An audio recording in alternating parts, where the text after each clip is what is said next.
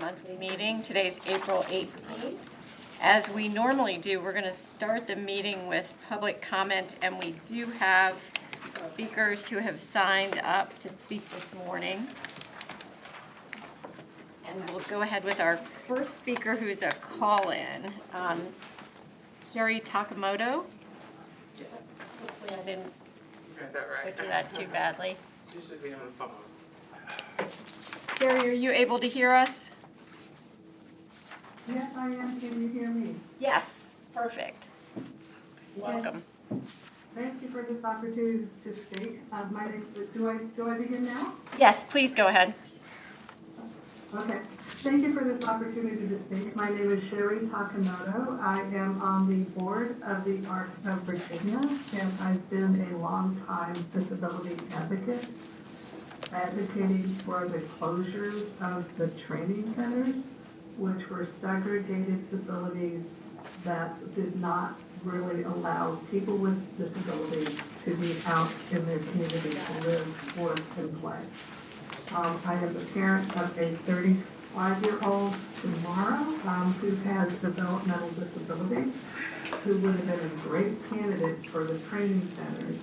And thanks to his full inclusion throughout his life, he is living in his own apartment with his best friend from middle school, working at 2 jobs, and has lots and lots of friends that he likes to go to restaurants with. He is well known in his neighborhood, and some of the restaurants even have his standing order ready for him when you see him coming.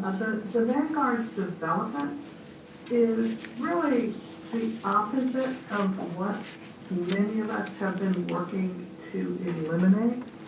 It sounds bucolic and wonderful. My own mother is in an assisted living facility, and she has her meals provided. She doesn't have to worry about paying bills. There's someone there watching her at all times. And it may be fine for my mother at her at the ending days of her life. She's lived a full life in the community and has had an opportunity to travel the world and work at the job she wanted and live the life she chose.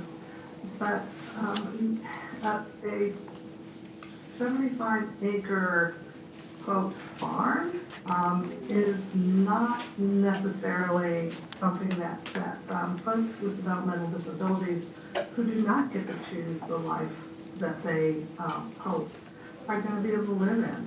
I get it. There are lots of parents who have been left on their own with no help and 24/7 call to be there for their adults with disabilities that aren't being taken care of properly by the state and by their communities. But this is really the opposite way of going.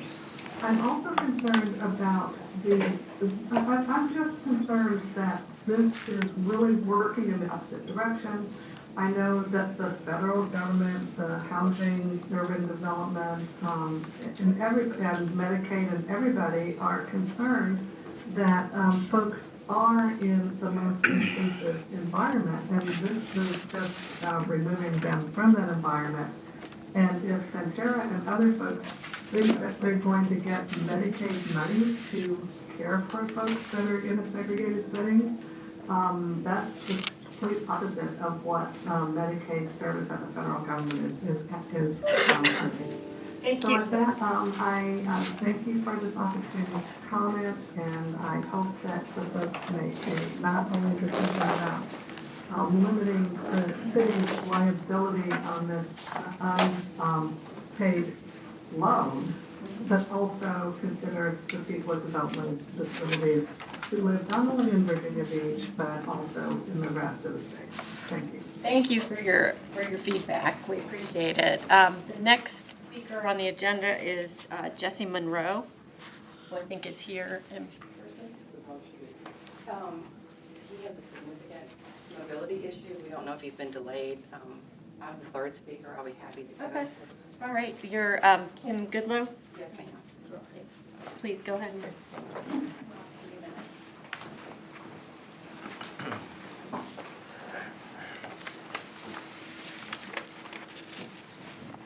Good morning.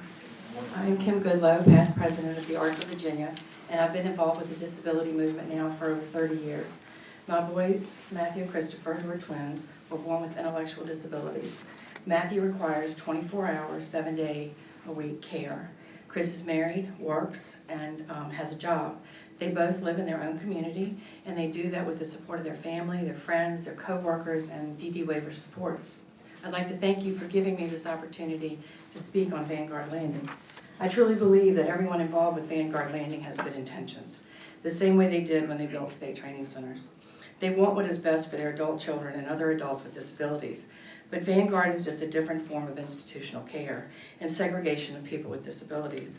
The lack of choice and fears that these parents have are really, they're true.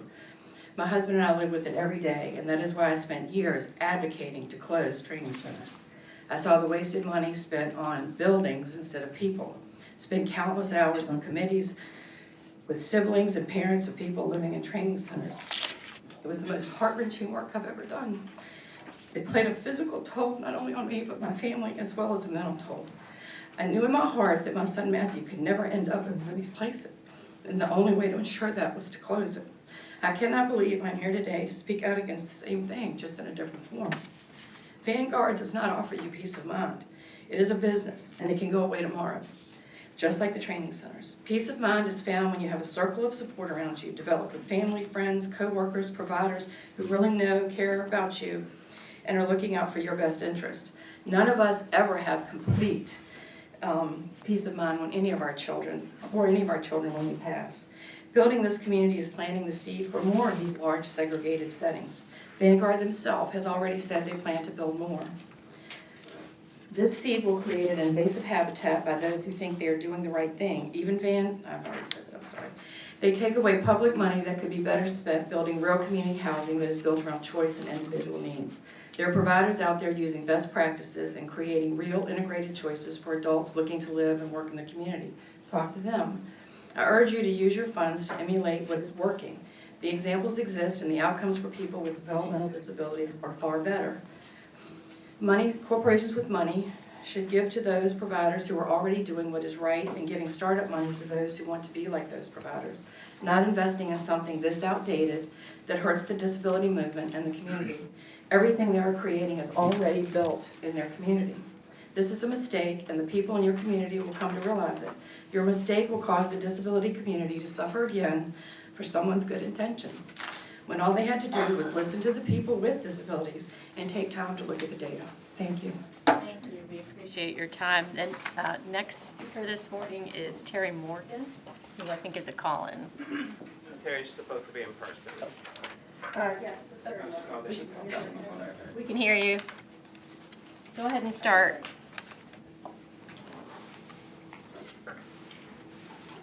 Good morning, members of the Virginia Beach City Council. My name is Terry Morgan, and I'm the Executive Director of the Virginia Board for People with Disabilities. I appreciate the opportunity to comment this morning.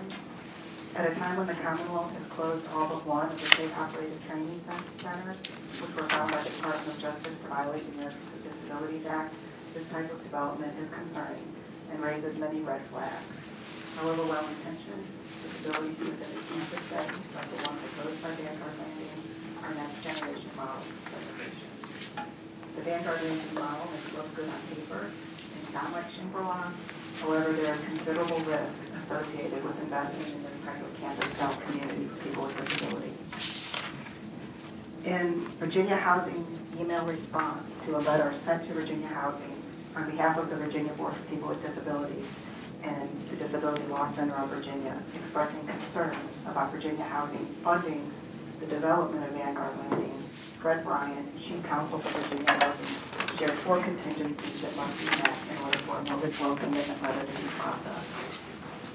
First, the provider of services at Vanguard Landing must obtain the required license and credentials from the Department of Behavioral Health and Developmental Services.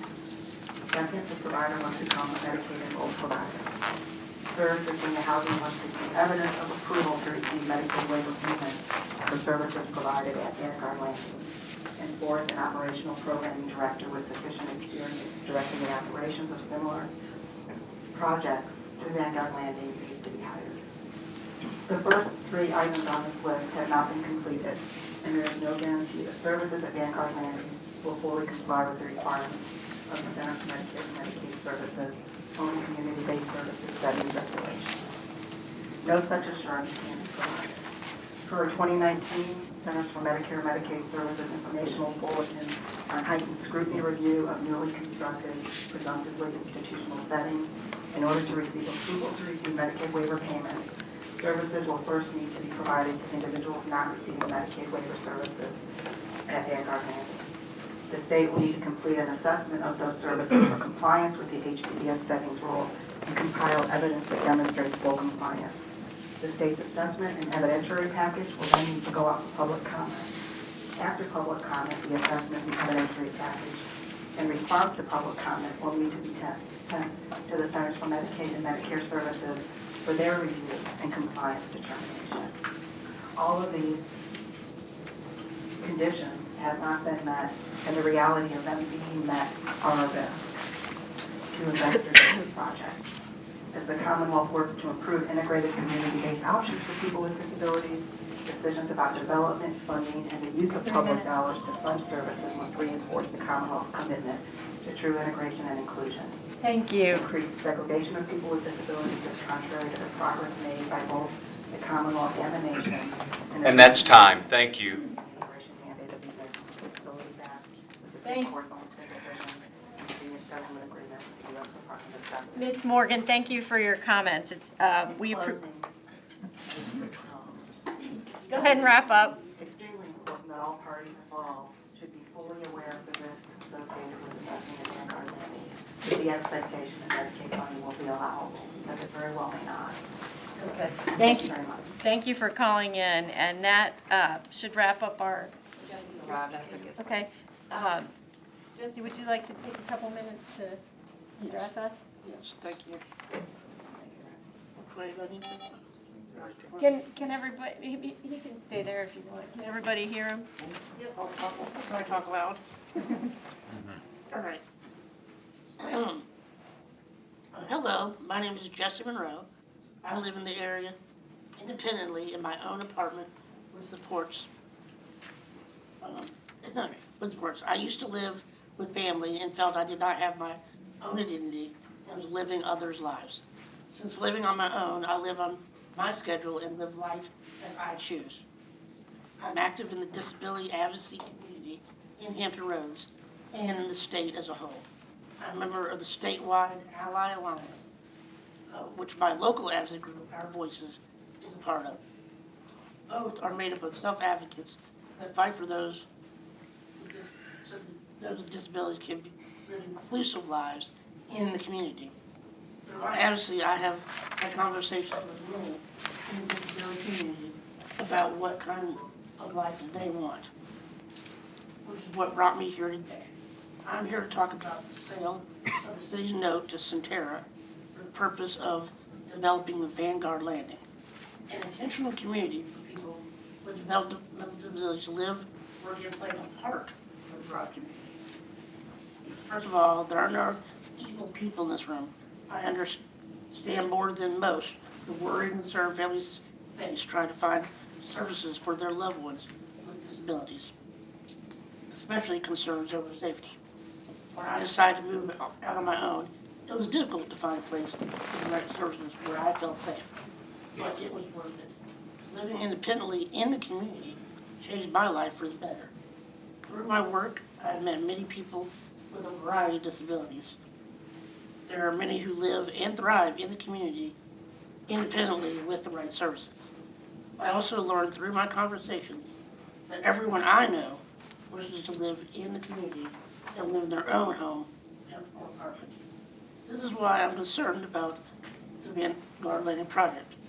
Virginia has been slowly progressing towards a model of services where individuals live independently in the community, a life like everyone else, the kind of life everyone wants to live. The City of Virginia Beach and Centera should be making investments in truly inclusive communities. Please take the time to look at the movement towards community integrated services. Have conversations with those of us with disabilities. let us not go backwards on this issue. Thank you. Thank you so much for your time. We appreciate it. All right, that's all for the public speakers. Thank you all for taking the time to call in and provide us with your feedback. Before I go on to the next item on the agenda, we're going to go ahead and review the meeting minutes, and then with the commissioners' approval, we're going to go ahead and move up item number 6 and number 7. So we'll do review of meeting minutes, and then we'll go to 6 and 7 because we've got some folks here who need to be move on so they can get to other appointments this morning. So I have a motion on the review and the approval of the meeting minutes from our March 21st meeting. Motion to approve. Got a motion from Mr. Franklin and a second for 2 seconds. All in favor say aye. Aye. All opposed, same sign. Motion carries. Great. And it looks like Taylor is up to give us item number 6, which is a request for approval of a resolution modifying the terms of London Bridge Commerce Center sale. Thank you, Madam Chair, and thank you, members of the authority, for reordering the agenda. So where Senator DeSteffe is not here as a senator today, he's here in his capacity as a private citizen. We do need to get him to Richmond so that he can, as he has some very pressing business to attend to there, and also for the team at Centerra. They appreciate them coming today. We'll get to that item next, but again, we need to get them back for a 9:30 meeting. So thank you for that. This is we're here today to talk about the London Bridge Commerce Center. As you all will remember, let me stop here quickly and allow you all to review these disclosures before we go forward.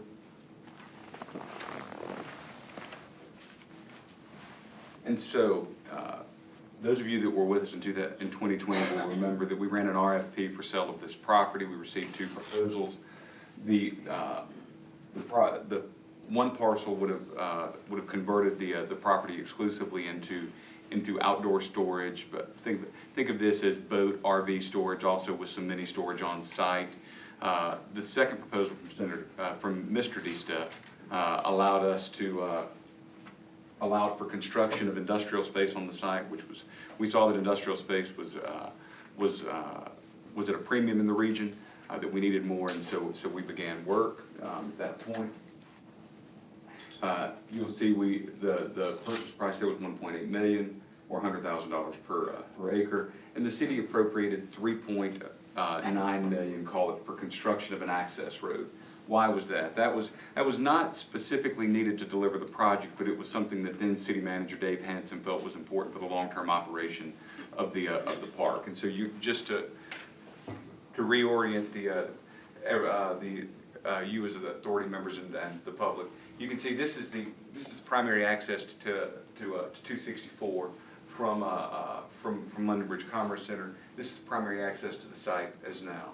The thought was that we would utilize Potter's Road on the south to provide better truck access to the site from this southern corner, as opposed to creating a traffic movement for a truck, which would have required a right turn onto London Bridge, and then up to the boulevard, where you would likely see a left-hand turn to come back to Lynn Haven. It's thought that southern access to a signalized intersection provided a better traffic movement. That was validated by our traffic engineering department, and so through the city's CIP process, that was appropriated at the time. Fast forward, since then, we've adopted a new stormwater standard and had a lot of changes. To execute the project, we now basically design, and this is design and site plan. The site plan approval process took much longer than we expected, and with that, considerably more costs were applied to the project. One of the things that we'd like to ask, that starting with what was approximately $1.2 million in additional charges associated with site plan approval, I want to thank Mr. DeSteffe's team for working with us in good faith to examine that, work that number down. That number's been, we've been able to go from just over $1.2 million to $750,000. We're ready to close, and so we'd like to ask you to do a couple of things here today. One, reduce the purchase price by $750,000 to account for the additional costs that we incurred by meeting the new stormwater standard, working with the Navy on an appropriate stormwater plan, and then also completing the engineering and design work associated with those changes. Two, we'd like to reduce the purchase price by $50,000 more to account for cleanup. Obviously, this is land that we own, that we need to provide. We have a contract that requires us to provide it to the developer in a place, in a condition that's ready to develop. There has been some homeless activity on the site that we're working with the police to deal with that, but there'll be some cleanup required on the back end of that. That we would like to fold into, and then we'd like to extend the deadline for settlement and start of construction from basically 12/31/23 and 4/30/24 respectively. With that, before I go any further and take questions, I would like to offer Senator DeStef an opportunity to speak if he'd like to. Or excuse me, I keep calling him Senator DeStef because that's what I normally do with him. In this case, it's Mr. DeStef. It's important for me to highlight for the public he's here as a private citizen and not in his capacity as an elected official. That's just me being, I guess, not having enough coffee this morning, so I apologize for that. We're good. Taylor, you did a great job. Thank you, sir. Thanks very much. Taylor, one of the things you might want to speak to is you talked a little bit about getting the Navy's approval. The access road is really the part that has to be approved by the Navy. That's correct. So I'll back up and thank you for that question. So I'll move the mic over so that hopefully everyone can continue to hear. So this road is not on property that we own. Those of you can see, this is Navy. The Navy owns this land, and you can see this red line here is the clear zone. The end of the Oceana runway is give or take right here, and so the Navy has is allowing us to build that access road via easement. And so there's two things. One, it's got to be it was a road alignment that had to satisfy the Navy and meet all of their standards, but also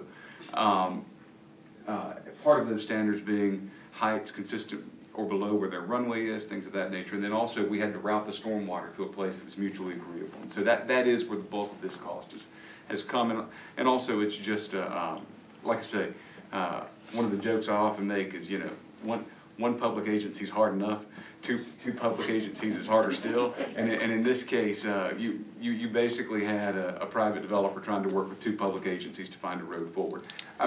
I want to take a minute and thank our colleague John Louderbeck at the installation for working with us as a great partner every way through all of the way through this.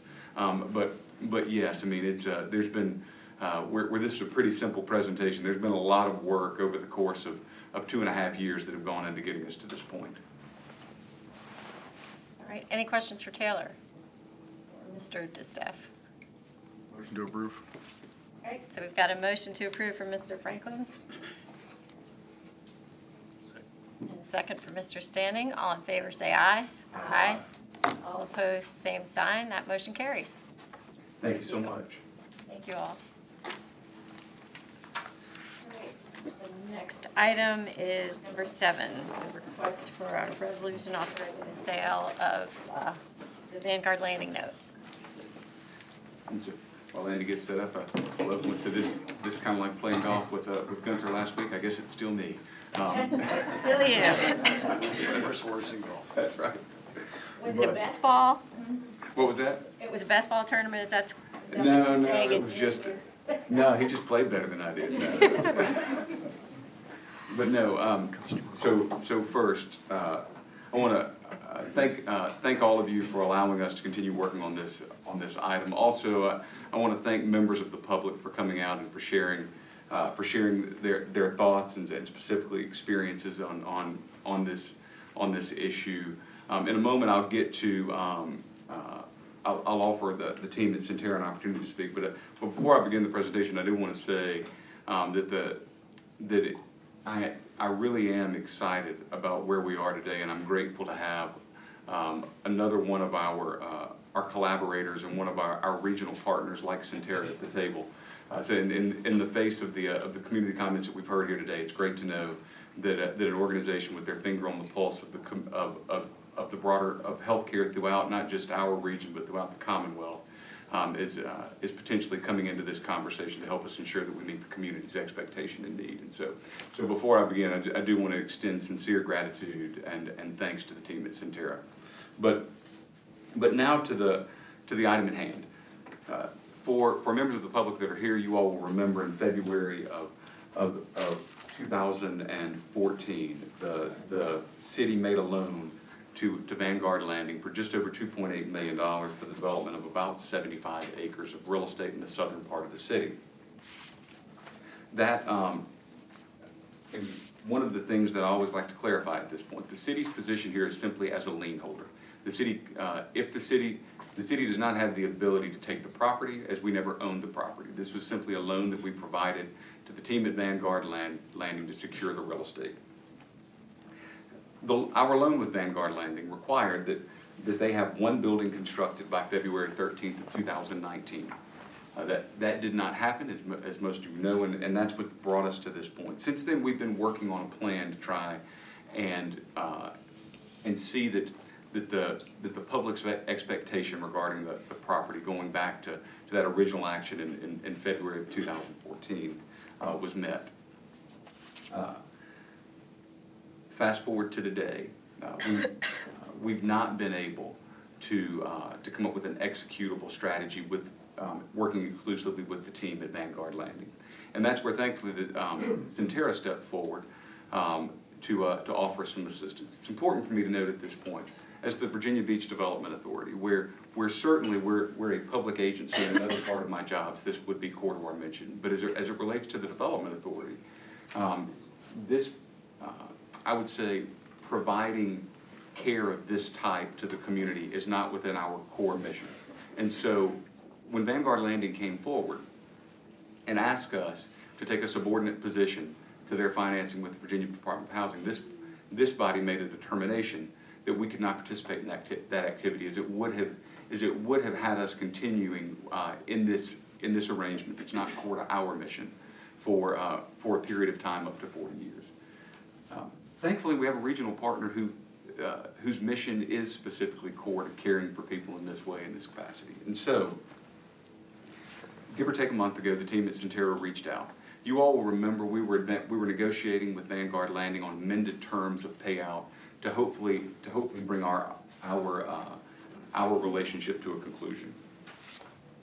They had paid us about $728,000. So I think I'll give the exact amount for this one: $728,032.48 in timely payments against the principal that they owed us, leaving a balance of $2.122373.52. So a little over $2.1 million that they still owed us. We had advanced the opportunity to settle for an additional $1.2 million. When we felt that deal was close, we did not get it to the finish line. Thankfully, again, our partner Centerra has come forward again and is willing to advance the deal under those same terms. We're here to ask you today to accept those terms. And so what that would be, and I'll read this portion of it specifically so the public knows exactly what we're doing. And this is straight from the resolution that Alex has prepared in a draft form for your eventual approval. Now therefore be it resolved by the City of Virginia Beach Development Authority that the authority hereby approves the defeasance and retirement of its interest in the promissory note and deed of trust upon payment by Centerra Healthcare to the authority in the sum of $1.2 million. On receipt of the funds from Centerra, the authority authorizes the transfer of the $1.2 million plus the $728,032.48 already received from Vanguard Landing back to the City of Virginia Beach. The resolution shall be deemed null and void, and there are basically should Centerra not reach an agreement with Vanguard Landing and so on and so forth. But specifically, what this would do for us is we would accept $1.2 million to transfer our lien to Centerra, and then Centerra would work with the team at Vanguard Landing and the community to deliver a project that met the housing needs of the community going forward. With that, I do want to stop at this point. We have the team from Centerra here with us, and specifically Aubrey Lane, who we've worked with on this. And Aubrey, if you'd like to say something, I'd like to just give you an opportunity to do so, if that's okay. Sure, should I come up there? Please.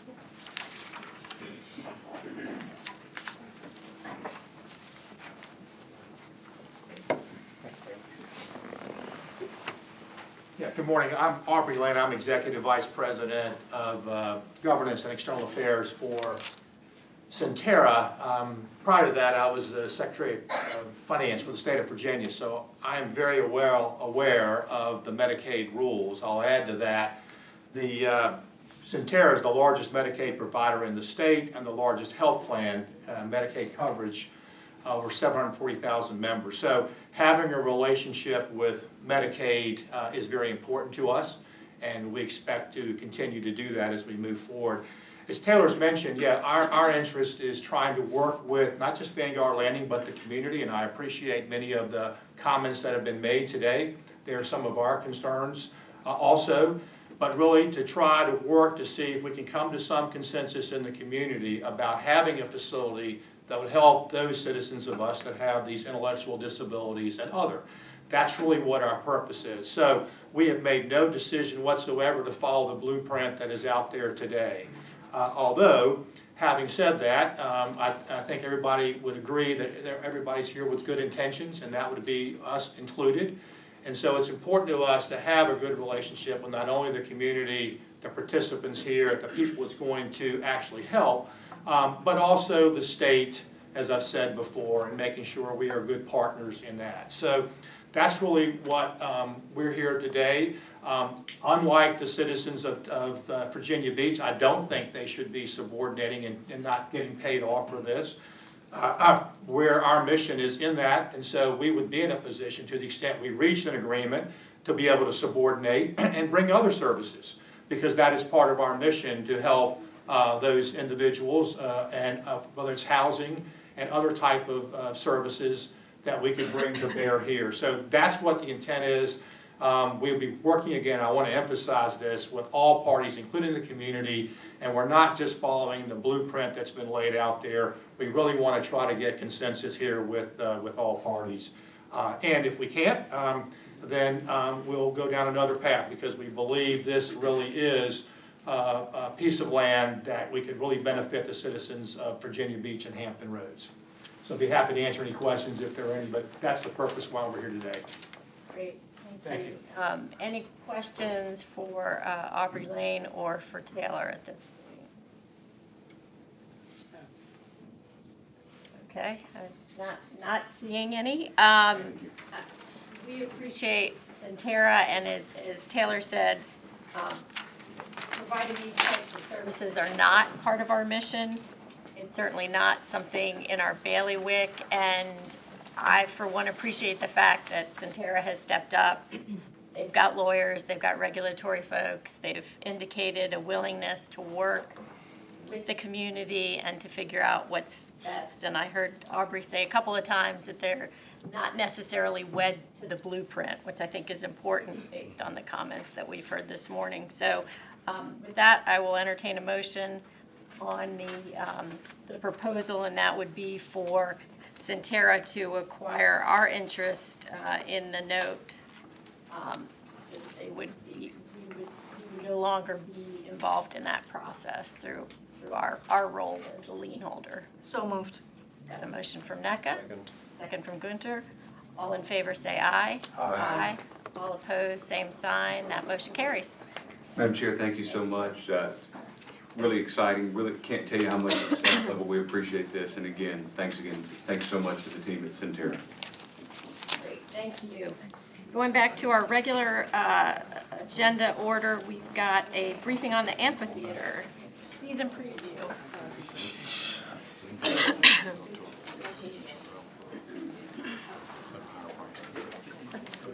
Hi. Hello.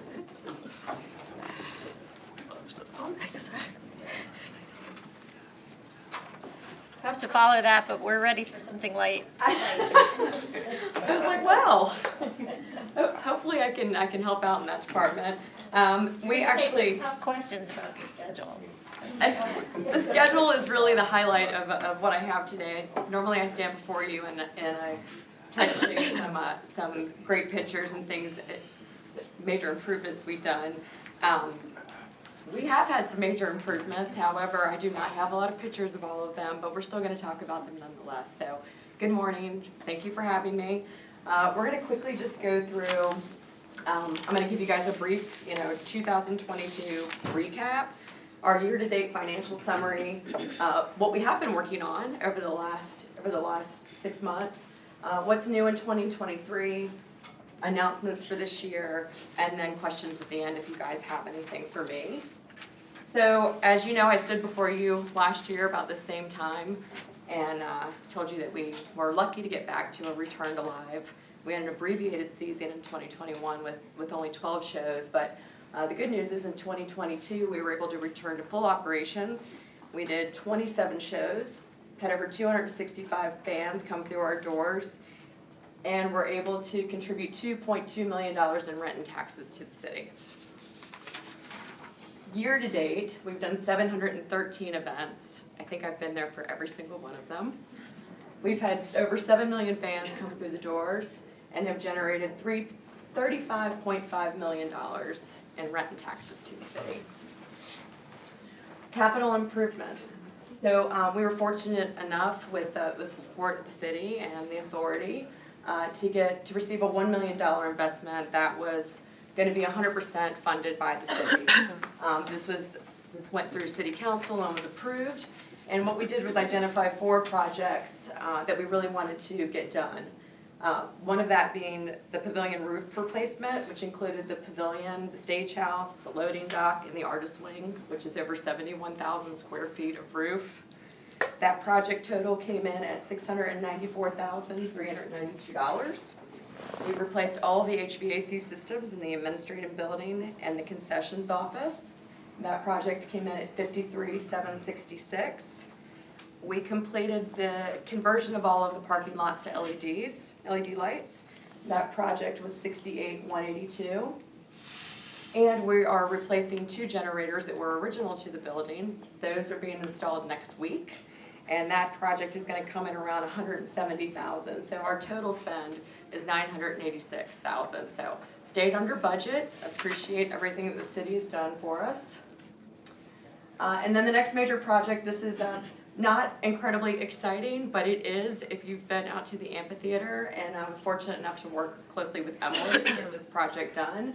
But the amphitheater has had, we've seen a lot of signs of major lawn erosion and not really adequate drainage at the amphitheater. So, we were seeing cracks along the 200 concourse. We had sinkholes in what we refer to as a 2-to-1 slope, which is at the base of the lawn right before you get to the walkway.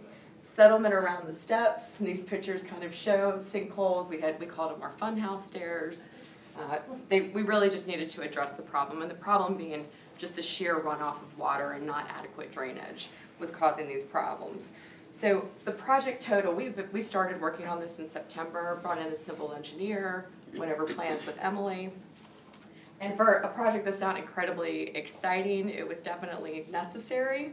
So this project is going to end up around $494,000, with the VBDA portion being $279,000 and Live Nation contributing $214,000. So these are just some of the before photos.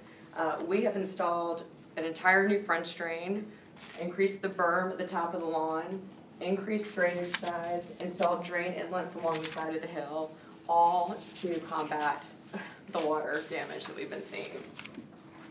So this is just a lovely picture of what it looked like before, and you can see the cone that I had marked in one of the sinkholes. And this is what it looks like now. So we took something that was not very exciting and have made it really aesthetically pleasing. So we have terraces that we put in that really slow down the water. This is in process, so it actually even looks better. This was a picture of it last week. It looks better even today, and that project will be complete by the end of next week.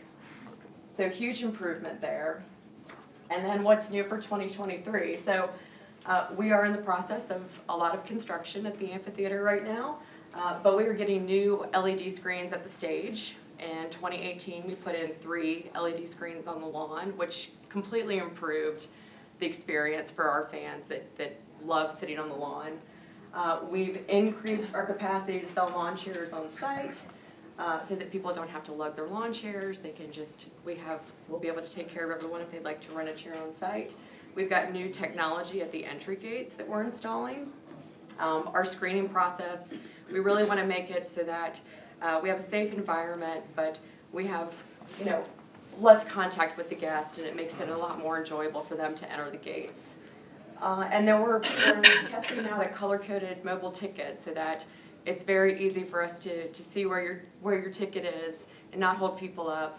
You can quickly find your section that you're going to. The first thing that folks do when they walk through the front gates at the amphitheater is just stop dead in their tracks to figure out where they're going.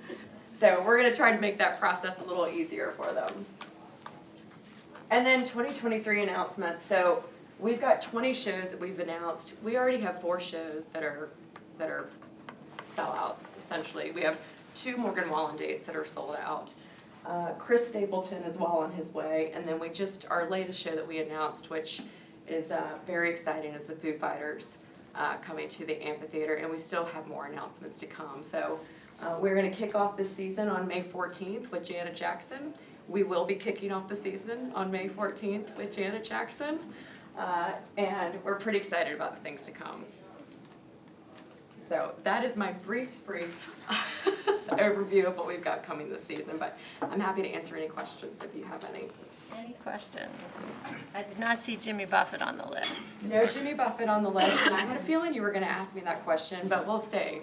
We still are rolling out more shows and way more to come, but really excited about this season. Really thankful to the Authority and Economic Development for the support that you have shown us as we really have gotten back to doing live events at a full capacity. So hopefully we never see that again. And you had your regular projects that you all were working on, and then you had a little bit of a fire situation. Yes, we did. The elephant in the room, we did have a fire at the amphitheater, but we have been very fortunate in that there was no structural damage done to the building. It's all cosmetic. It is a lot of work. However, we've partnered with WM Jordan. They've been great to get us back on track. I have other local contractors that have just been there working every day, and by the time we get to May 14th, the building will be ready to go and looking better than ever. Thank you. We appreciate that, and it's such a huge amenity for our community and for the folks that come here in the summertime and other times of the year to visit. So we're very happy to partner with you all. Thank you. Any questions other than the Jimmy Buffett question? All right, thank you for the Thank you very much update. for your time today. We look forward to a great season. All right, next item on the agenda, it's hard to believe we're now just getting to the financial statements.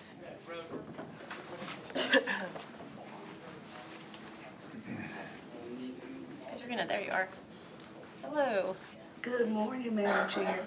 Good morning. Good morning, Councilman Bellucci. Good morning, Councilman and board members. I will be presenting the financials for you for March 2023 and visitors. Operating accounts summary for March 2023. We have our beginning cash as March 1st, 2023, $3,139,255. Significant cash receipts, we have $712,259, in which I've itemized those for you. Significant cash disbursements, $441,062. And as I continue on, that is also broken out and itemized for you. So our ending cash as of March 31st, 2023 is $3,025,262. We have incentive and initiative account summary for March. The beginning cash as of March 1st, 2023, $3,030,929. Significant cash receipts of $443. Grand total of significant cash disbursements, $22,463. ending our cash as of March 31st, 2023, $3,008,294. The EDIP grant summary report for for March 2023. Beginning VBDA EDIP grant balance, $3,595,792. We have earned interest and activity allowance fees, $11. We had no expired or closed EDIPs for this month of March, nor did we have any new approved EDIPs. So that leaves our balance as of the 31st of March. EDIP grant available as $3,595,803. Madam Chair, that concludes the report for the month of March. Thank you, we appreciate that. Any questions for Katrina? Thank you for allowing me to serve you. Thank you very much, appreciate it. The next item is number 4, a request for a resolution approving the modification of the 2010 LifeNet bond. He's up there just to answer questions. We have bond counsel on the phone, but this is, you guys issued $30 million in bonds to LifeNet back in 2010. The method of calculating the interest rate is changing from LIBOR to something called SOFR, and that requires a modification of the documents, which requires a vote. This has no impact on your financial exposure or any liability of the authority, but this is just a requirement to keep the bonds in place. And if Doug can hear me, hopefully I said that correctly. Doug, did you have anything to add? Not unless there's any specific questions. Okay. And with that, we would just ask your approval for the 4th modification of your Series 2010 LifeNet bonds, which again is just the only change being an interest rate calculation mechanism. Switch from LIBOR to SOFR. Any questions from members? Motion to approve. So we've got a motion to approve from Mr. Franklin and a second from Mr. Strange. All in favor say aye. Aye. All opposed, same sign. Thank you, Mr. Spertoli, for joining us from the ceiling. Well, thank you for your support for LifeNet Health. Great. Have a good day. You too. Take care. All right, moving on to the next item is a request for approval of a resolution regarding Oceana and I'll handle that one. This is, you all will remember in the early days of Oceana's, what the project we typically call future-based design. We negotiated an intergovernmental support agreement. As that program was in its infancy, that IGSA has done what we intended for it to do. The Navy's moving into another phase of development. For where we believe this is going, we need to terminate our existing agreement.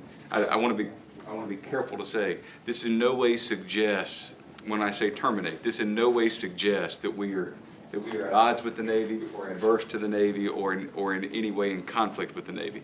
This is simply that that the original support agreement that we have negotiated has done what we intended it to do, and it's now time to move towards the next phase.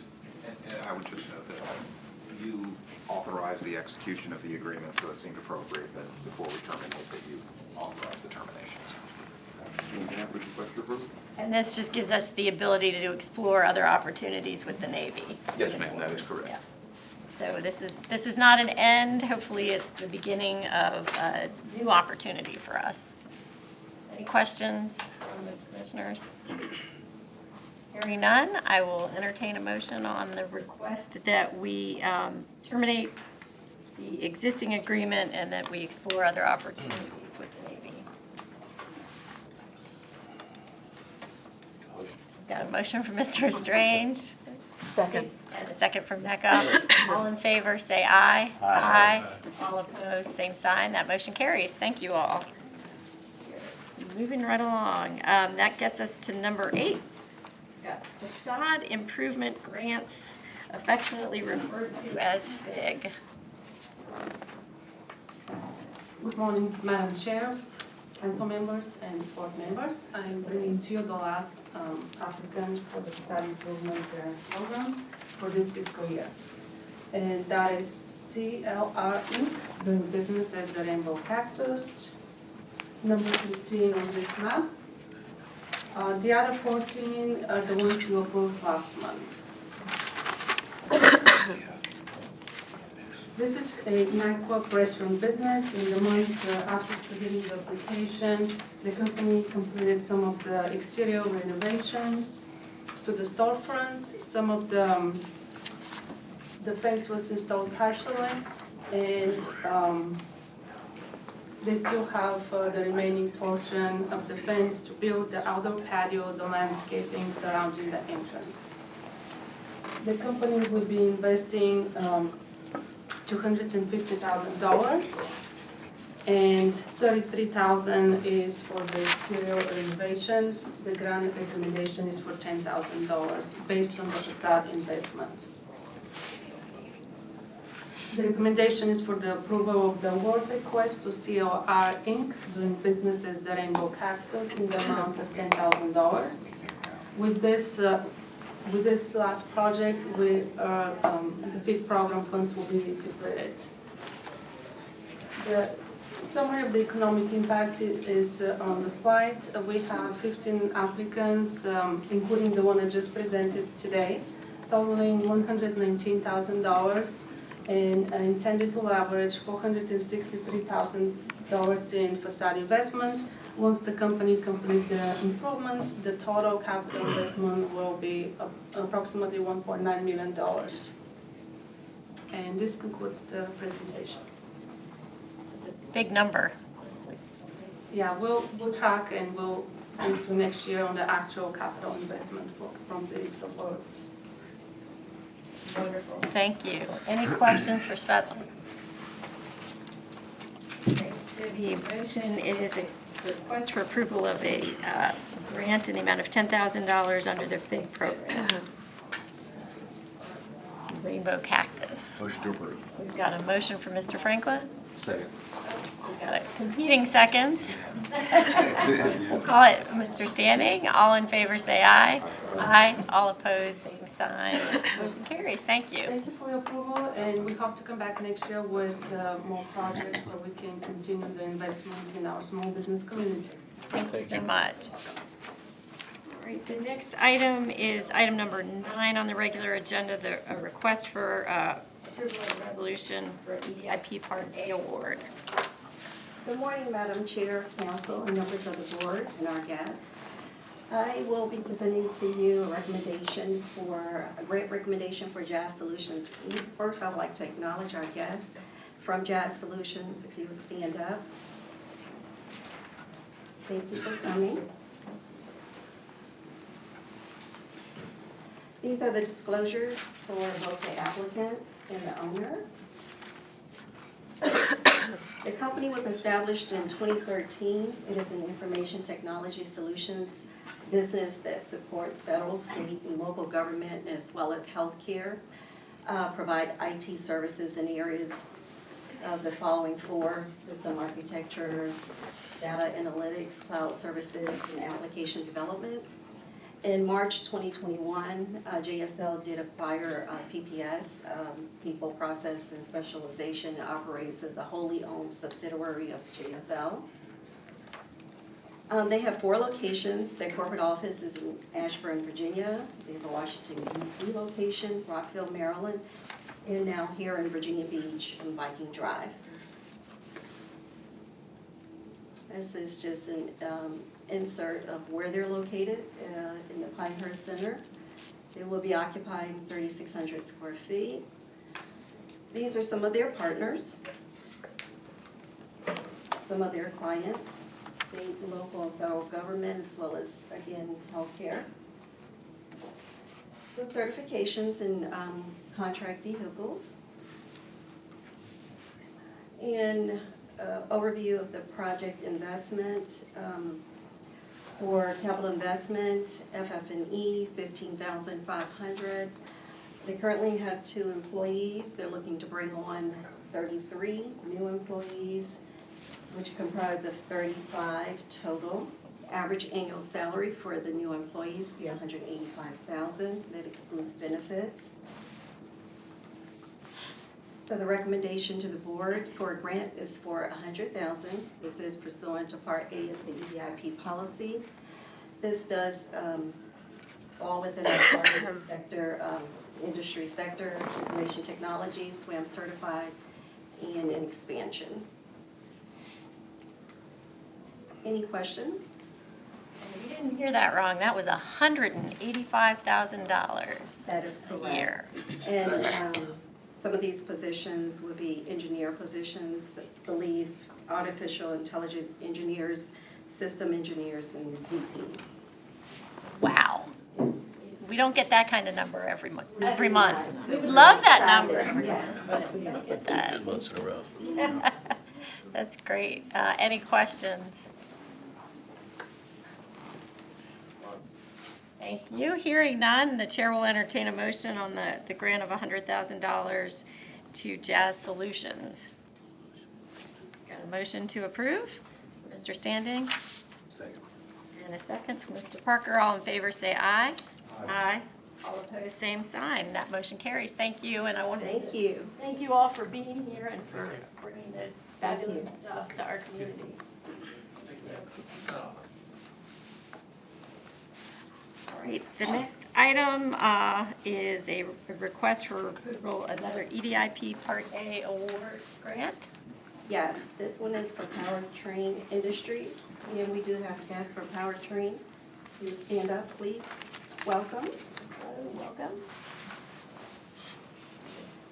For Powertrain, these are disclosures for our applicant. Disclosures for the owner. Powertrain, they specialize in drive shift parts for popular foreign rear-wheel drive cars and light trucks. Some to mention Nissan, Mazda, BMW, and so on. They are headquartered in Reno, Nevada. It is a manufacturing facility that's currently located on Squadron Court. And they are looking to move and expand, moving from Squadron Court, where they occupy 20,000 square feet. Now they will be occupying 100,000.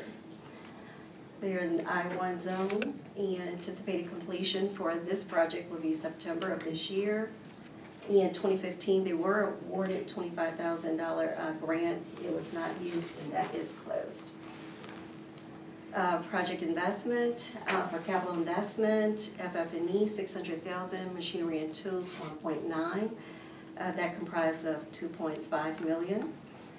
Currently have 35 employees. They're looking to more than double and bring on 95 new employees, giving a total of 135. Annual average salary will be $42,952. That does exclude benefits. And I would like to mention we are partnering with VEDP for Egypt to assist with the hiring and training for the new employees. So that's pending. So the recommendation to the board is for a grant of $192,600. Target industries, advanced manufacturing, retention, and expansion. Any questions? Any questions from the commissioners? And I think it is important to point out that we're partnering with the state because we've got so many folks that are looking for employees that haven't been able to find them. So that's something Gunter's worked on as well, trying to make sure that we can attract workers to come and work for these businesses. That is correct. Yes, thank you. Just curious if you could comment on the initial EDIP grant of $25,000. Why wasn't that used initially? To my knowledge, it was not utilized. They did not submit. I'm not sure why it was prior to me coming on board, so I don't know the specifics of it. I just know that nothing was submitted to take advantage of it or to pursue it. So important to know that award was 8 years ago. And yes, it was where certainly the company has performed, as is evidenced by current operations, the reports they have in the present, and the expansion that we're now pursuing. However, that project would have matured on or about the end of 2018 if everyone were to think back to just sort of the goings on in this authority and department in the third quarter of 2018. I think it's quick. It is likely that there was just a paperwork issue that was not followed through. That said, we're delighted to have an opportunity to support the company in its ongoing growth and their commitment for our community. Thank you so much. Thank you, Taylor. All right, any other questions? Ready to move forward. All right, can I entertain a motion on the request for the approval of an EDIP Part A award to Powertrain Industries? So moved. Got a motion from Mecca, Second. and a second from Gunter. All in favor say aye. Aye. All opposed, same sign. That motion carries. Thank you. The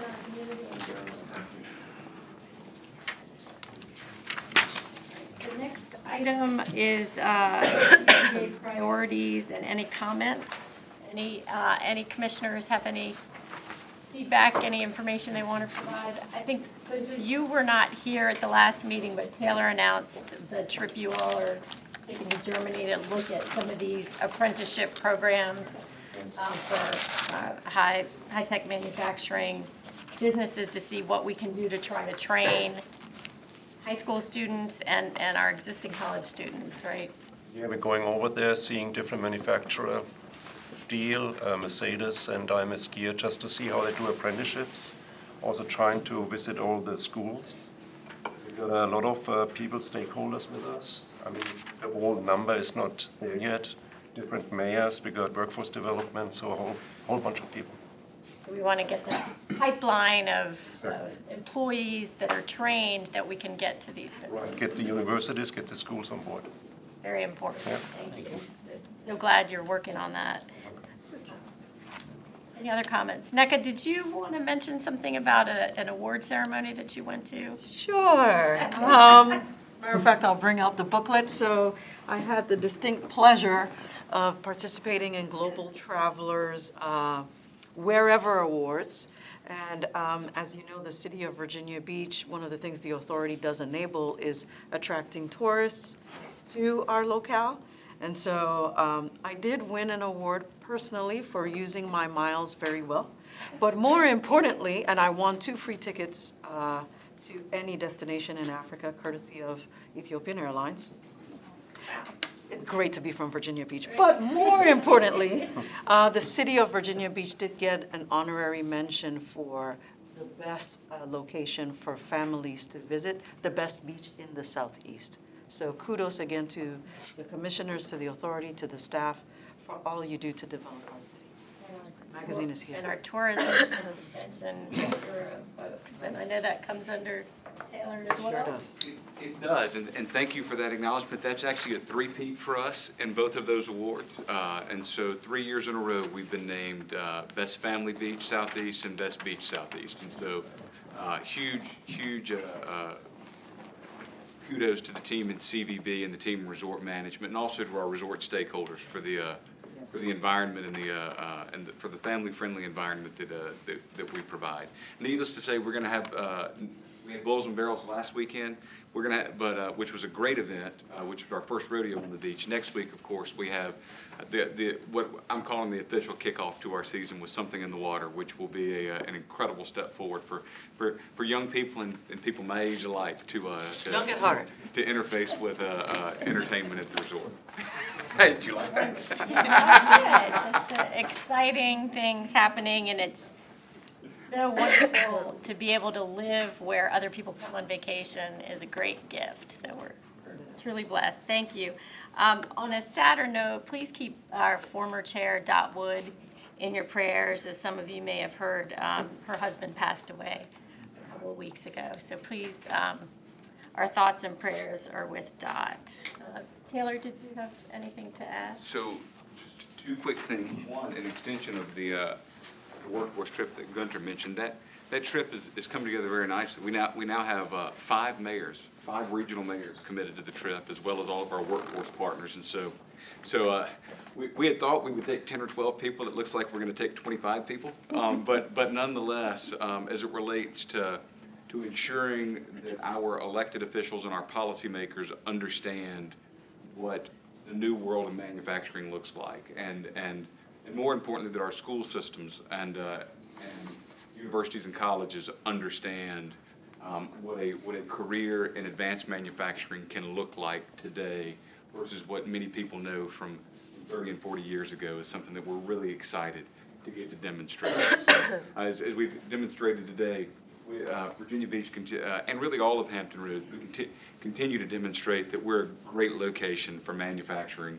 employment here in America, particularly with our proximity to the Port of Virginia. And so, we're really excited to be able to execute that. The only other thing I wanted, two other quick things. One, pleased to report that, as you all know, our annual business appreciation outing is the first Friday in May, and it's full. So, as further evidence that we're continuing to grow and accelerate coming out of the pandemic, we are full 3 weeks ahead of schedule, which has not happened for a couple of years. So that's great news. There are a couple, for businesses that are interested, there are 1 or 2 sponsorship opportunities still remaining. So feel free to reach out to our team if you're interested in doing that. And it's important to know 100% of the proceeds, or the net proceeds above the cost of delivering the event that we generate here, going to local charities that this authority selects to continue to invest in charities that are focused on creating the future of and enabling the future of our business community.